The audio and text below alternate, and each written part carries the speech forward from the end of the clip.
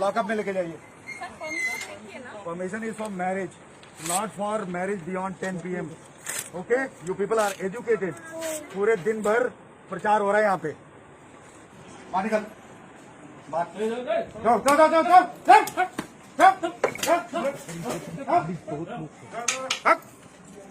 चलो बाहर निकलो सभी लोग, बाहर निकलो। बैंड बाजा बाहर। पुलिस कहाँ है? मास्क कहाँ बोलो?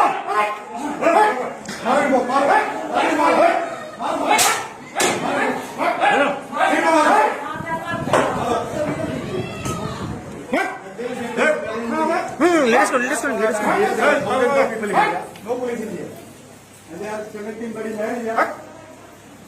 पहले बाहर निकलिए, आउट। चलो बाहर निकलो,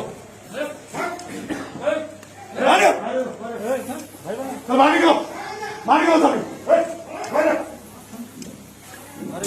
बाहर निकलिए, बाहर निकलिए। आपको समझ नहीं आता है कानून नाम की कोई चीज है यहाँ पे? हाँ, बाहर निकलिए।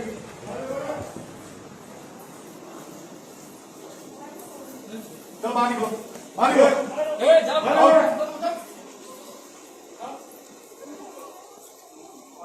इन लोगों को निकालो, इन लोगों को बाहर निकालो।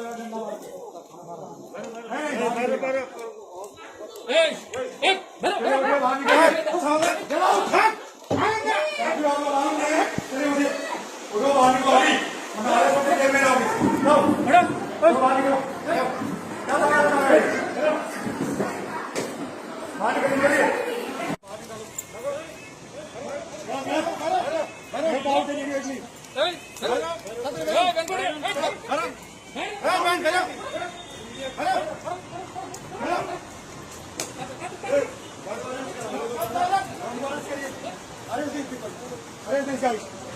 Arrest him. I'm telling you, arrest this guy. No, he will be arrested. We will also be along with it. You people have violated government order willfully. Arrest him.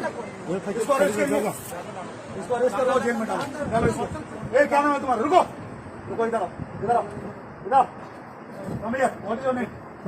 What is your name? हाँ? What is your name? Low, camera लेके आओ, लेके आओ। इसका तो चेहरा दिखना चाहिए घर चला तो। क्या नाम है तुम्हारा बताओ? इसको for obstructing public servant on duty arrest him. Arrest him. This guy has to be arrested. You will also be arrested along with him. No. What is your name? इसको अरेस्ट करिए।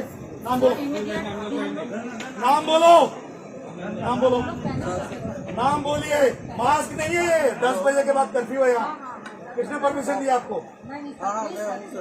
इन लोग अरेस्ट करिए सभी लोगों को, अभी लेके आइए। हम लोग पहने हुए हैं।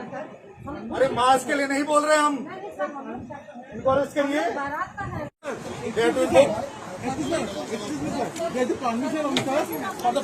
Permission is till 10 PM। Arrest him also, arrest him also, arrest this lady also. This is all nonsense. Okay? This is all nonsense you are talking about. Arrest this guy. Arrest this guy also. इन सबको arrest करिए, लेके चलिए आप लोग। आप अपना काम नहीं करें, चलिए।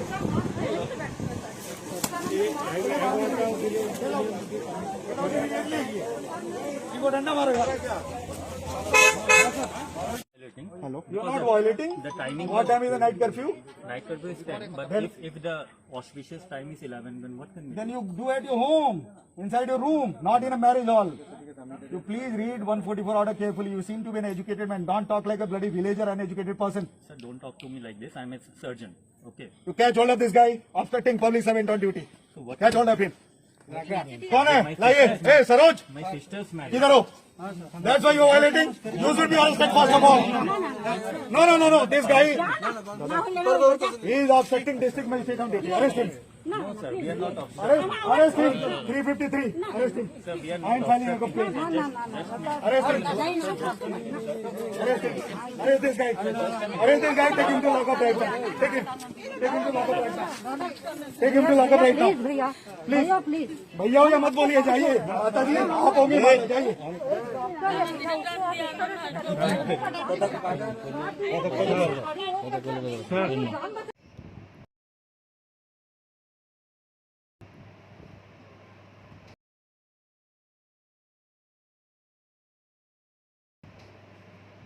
वर्तमान में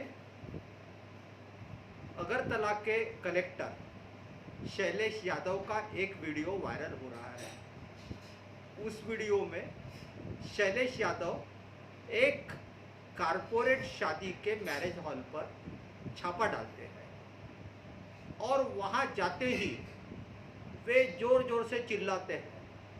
सबसे पहले उनके सामने पंडित जी आते हैं शादी लगाने वाले, तो वो एक जोरदार थप्पड़ पंडित जी को कसकर मारते हैं और उनके सिपाही जो बाराती है उनको बोलते हैं चलो बाहर करो, बाहर निकलो, हॉल खाली करो।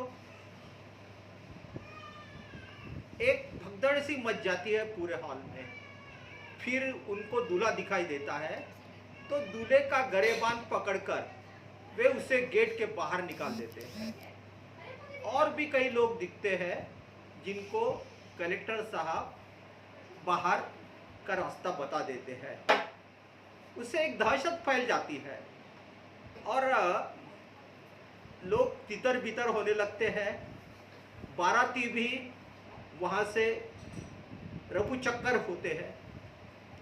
कुछ सम्राट महिलाएं एक कागज लेकर कलेक्टर के सामने आती है और कहती है कि उन्होंने शादी के लिए परमिशन ली थी। तो कलेक्टर जोर से चिल्लाकर कहते हैं शादी के परमिशन के लिए छापा नहीं डाला है, ये आपको परमिशन केवल 10 बजे तक थी और अभी रात के 11:30 बज रहे हैं।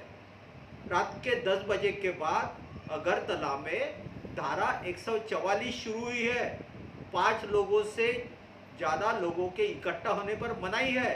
इसके बावजूद आप 400-500 लोग यहाँ पे आराम से जश्न मना रहे हो।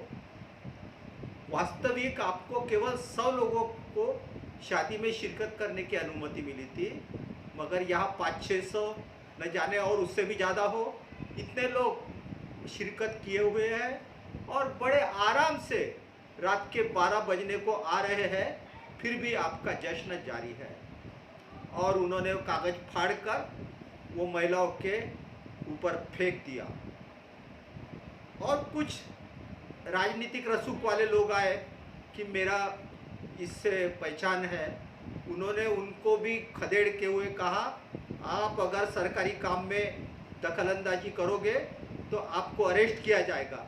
और कुछ लोगों को तो वो अरेस्ट करने का आदेश भी देते हैं और उनके सिपाही उन लोगों को पकड़कर उनके गाड़ी में बंद करते हैं। ये वीडियो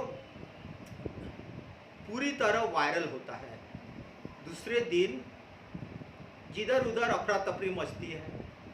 कुछ राजनेता चिल्लाते हैं कलेक्टर की तानाशाही नहीं चलेगी, कुछ कहते हैं ये गणतंत्र के खिलाफ कृत्य है, अच्छे सम्रांत अमीर घराने के लोगों को कलेक्टर ने मारपीट की है, कलेक्टर के ऊपर कार्रवाई होनी चाहिए।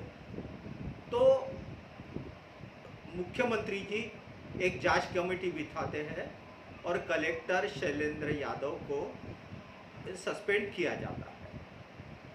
वास्तविक बात यह थी कि किसी अमीर घराने की शादी थी, वो तो शादी 10 बजे तक ही ख़त्म करना चाहते थे, मगर पंडित जी ने बताया कि रात के 11 बजे 11:30 बजे का मुहूर्त शुभ मुहूर्त है। 10 बजे तक शादी करना दूल्हा दुल्हन की हित में नहीं है, अतः सब लोग रात के 11:30 बजे के मुहूर्त पर शादी लगाने के लिए बाध्य थे। और भले ही पंडित ने बताया कि 11:30 बजे का मुहूर्त शुभ है, मगर खुद पंडित के लिए रात का मुहूर्त अच्छा नहीं था, क्योंकि कलेक्टर ने रात के 11 बजे पंडित जी के चेहरे पर ही एक करारा तमाचा जड़ दिया। खैर, ये तो दिखती बात है कि कलेक्टर की तानाशाही चली। उन्होंने जिस तरीके से लोगों को मैनहैंडल किया, अपमानित किया, ढकेला, खदेड़ा, वो हमारे संविधान या गणतंत्र के ढांचे में नहीं बैठता।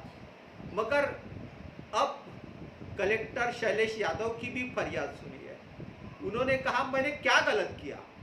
हो सकता है मैं कुछ देर के लिए सख्त हो गया, मगर आज अगरतला में कोरोना केसेस की संख्या पूरी तेजी के रफ्तार से बढ़ते जा रही है। दिन दूने रात चौगुने केसेस आज अस्पताल में आ रहे हैं। लोगों को ऑक्सीजन नहीं मिल रहा, लोग तड़प तड़प पर मर रहे हैं। हर रोज मरने वालों की संख्या बढ़ते जा रही है। ऐसे में सब लोग उंगली हमारे ओर बताते हैं कि शासन प्रशासन सोया हुआ है, कुछ नहीं कर रहे हैं।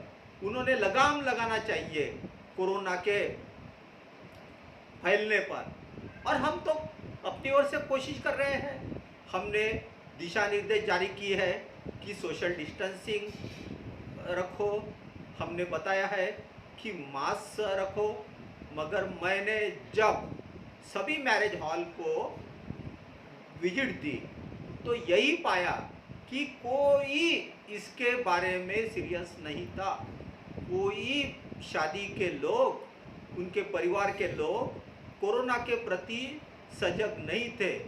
सब लोगों को 100 लोगों की अनुमति मिली, मगर 400, 500, 600 उससे भी ज़्यादा लोग हर शादी में पाए गए। कोई मास्क लगाकर नहीं था, सोशल डिस्टेंसिंग तो सवाल ही नहीं उठता।